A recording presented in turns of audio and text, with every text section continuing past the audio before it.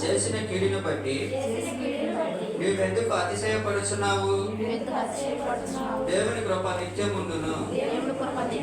మోసము చేయువాడా వాడి కదా మంగలి కత్తి వలె నీ నాలుక నాశనము చేయునుద్దేశించుచున్నది. మేలు కంటే కీడు చేయుటయు నీతి పలుకుట కంటే అబద్ధము చెప్పుటయు నీకిష్టము.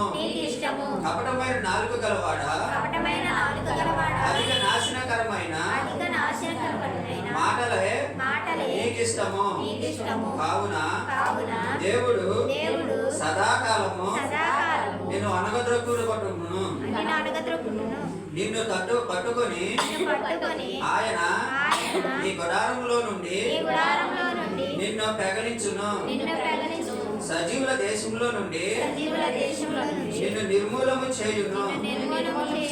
నీతిమంతులు చూసి భయభక్తులు కలిగి ఇదిగో దేవుని తనకు దుర్గముగా నుంచుకొనక తన ధన సమృద్ధి యందు నమ్మికయించి తన చేతును బలపరుచుకొనువాడు వీడే అని చెప్పుకొనుచు వారిని చూసి నవ్వుదురు.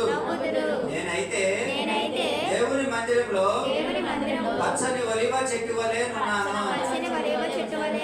నిత్యము దేవుని కృపయందు నమ్మిక ఇంచుచున్నాను.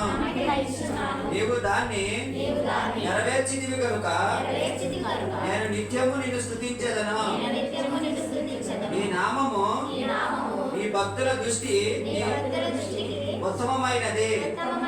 నేను దాన్ని స్మరించి కనిపెట్టుచున్నాను. దేవుని స్తోత్రం.